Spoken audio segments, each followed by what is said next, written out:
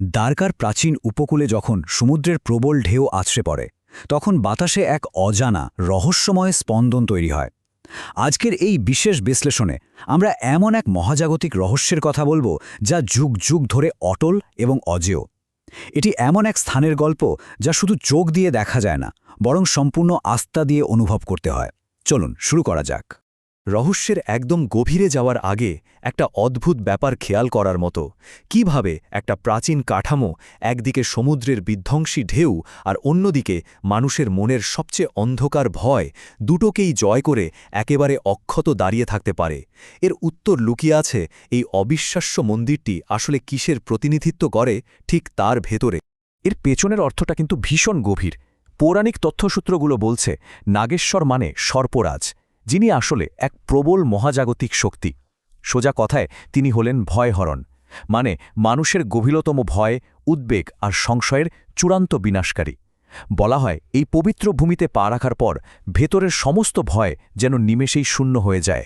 গল্পটা শুরু হচ্ছে প্রাচীন দারুক বন থেকে। পশ্চিম ভারতের এই জায়গাটা একসময় অসম্ভব সুন্দর আর শান্ত ছিল, কিন্তু পুরাণ অনুযায়ী দারুক আর তার স্ত্রী দারুকি দেবতাদের কাছ থেকে পাওয়া কিছু অদ্ভুত জাদুকরী ক্ষমতা কাজে লাগিয়ে এই পবিত্র বনভূমিকে একটা অন্ধকার মায়াবী গোলকধাঁধায় পরিণত করে, যেখান থেকে বের হওয়া কোনো পুণ্যার্থীর পক্ষেই সম্ভব ছিল না। এরপর ঘটনাটা বেশ নাটকীয় মোড় নেয়।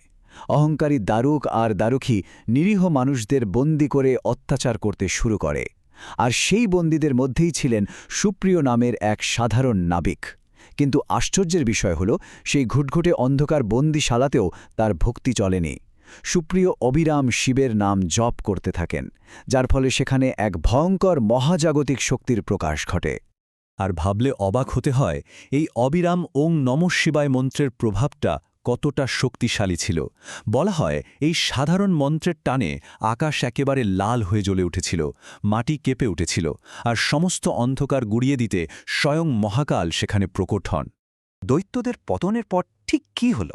স্থানীয় লোককথা আর পুরাণ বলছে সেই ধোঁয়া আর স্বর্গীয় শক্তির মাঝখান থেকে মাটি ফুঁড়ে একটা কালো, অদ্ভুত রকমের মসৃণ শিবলিঙ্গ বেরিয়ে আসে, যাকে বলা হয় স্বয়ম্ভু।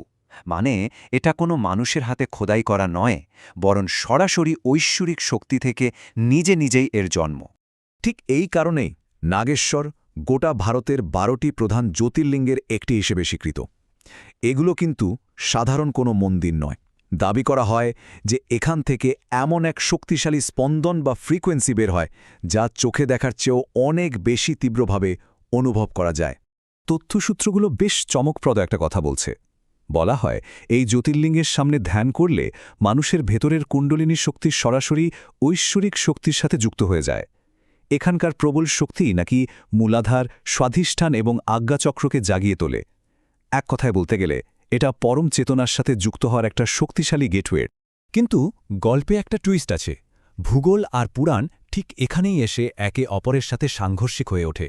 ইতিহাসবিদ আর আধ্যাত্মিক সাধক সবার মনেই একটা বড় বিতর্কের জায়গা হল, প্রাচীন সেই দারুক বনের আসল অবস্থান আসলে কোথায় ছিল। দাবিগুলো যদি একটু নিরপেক্ষভাবে মিলিয়ে দেখা হয়, তাহলে মহারাষ্ট্রের আউন্ধা নাগনাথ তাদের ঐতিহাসিক পাণ্ডব সংযোগ আর প্রাচীন লোককথার উপর ভিত্তি করে দাবি জানাচ্ছে। অন্যদিকে গুজরাটের দ্বারকা উপকূলের নাগেশ্বরের দাবি হল তাদের ধেয়ে আসা সমুদ্রের গর্জন আর ভৌগোলিক পরিবেশ স্কন্দ ও শিবপুরাণের বর্ণনার সাথে একেবারে নিখুঁতভাবে মিলে যায়। অবস্থান নিয়ে বিতর্ক যাই থাকুক না কেন, একটা কথা মানতেই হবে, দ্বারকার এই মন্দিরটি প্রতিকূলতা পেরিয়ে টিকে থাকার এক অবিশ্বাস্য উদাহরণ। শতাব্দীর পর শতাব্দী ধরে বহু বিদেশি আক্রমণ আর ধ্বংসলীলা চললেও অসংখ্য ভক্ত আর রাজাদের চেষ্টায় বারবার এটি আরও মজবুতভাবে মাথা তুলে দাঁড়িয়েছে। আর এর পেছনের আর্কিটেকচারটা জাস্ট ভাবার মতো। সমুদ্রের আর্দ্রতা শোষে নেওয়ার জন্য মাটির নিচে শক্তিস্তম্ভ, নোনা জল ঠেকাতে সচ্ছিদ্র কালো গ্রানাইটের বেস, আর সামুদ্রিক ঘূর্ণিঝড় এড়ানোর জন্য অ্যারোডাইনামিক ডিজাইন। মানে প্রাচীনকালের মানুষ গভীর আধ্যাত্মিক চিন্তার সাথে কি অসাধারণ ইঞ্জিনিয়ারিংয়ের মেলবন্ধন ঘটিয়েছিল, সেটা সত্যি অবাক করার মতো। এখনকার দিনে এই মন্দির চত্বরে গেলে দেখা যায় ৮০ ফুট উঁচু এক বিশাল শিবম মূর্তি গভীর ধ্যানে বসে আছেন, আর তার মুখ সমুদ্রের দিকে ঘোরানো। আমাদের মূল তথ্যসূত্র বলছে এটা শুধুই একটা সুন্দর ভাস্কর্য নয়, বরং একটা এনার্জি শিল্ড বা শক্তির ঢাল, যা নাকি গোটা এলাকাটাকে সমুদ্রের ভয়াবহতা থেকে দিনের পর দিন রক্ষা করে চলেছে। এখানে আরেকটা দারুণ ব্যাপার হল দুই প্রধান দেবতার এক অপূর্ব মেলবন্ধন। একদিকে ভগবান কৃষ্ণ দ্বারকা নগরী তৈরির জন্য এই উপকূলেই গভীরভাবে ধ্যান করেছিলেন, আর অন্যদিকে ভগবান শিব সেই নগরীকে সমুদ্রের ধ্বংসলীলা থেকে বাঁচাতে শক্তির ঢাল আর আশীর্বাদ দিয়েছিলেন।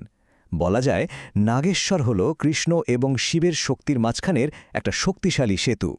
সবচেয়ে আশ্চর্যের বিষয়টা হল আজকের দিনের দর্শনার্থীরাও এমন সব অদ্ভুত অনুভূতির কথা বলেন যা প্রাচীন পুরাণ আর বাস্তবতার পার্থক্যকে একেবারে মুছে দেয়।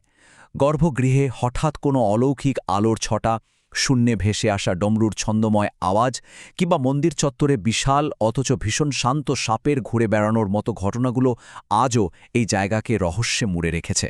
আজকের এই আলোচনার একেবারে শেষ প্রান্তে এসে আমাদের মনে একটা প্রশ্ন জাগতেই পারে।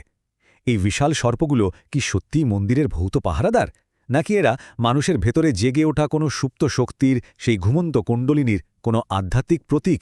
এই রহস্যগুলো আসলে আমাদের নিজেদের ভেতরের আধ্যাত্মিক যাত্রার কথাই বারবার মনে করিয়ে দেয়। সবশেষে এই পুরো বিশ্লেষণ থেকে সবচেয়ে বড় উপলব্ধি হল, যেখানে ভয় শেষ হয় ঠিক সেখান থেকেই শিবের শুরু। মানব জীবনের সবচেয়ে গভীর অন্ধকার বাইরের পৃথিবীতে নেই, সেটা আছে মানুষের নিজের ভেতরেই। আর সেই ভেতরের ভয়কে অত্যন্ত সাহসের সাথে জয় করতে পারাই হল প্রকৃত আধ্যাত্মিক জাগরণের একদম প্রথম ধাপ।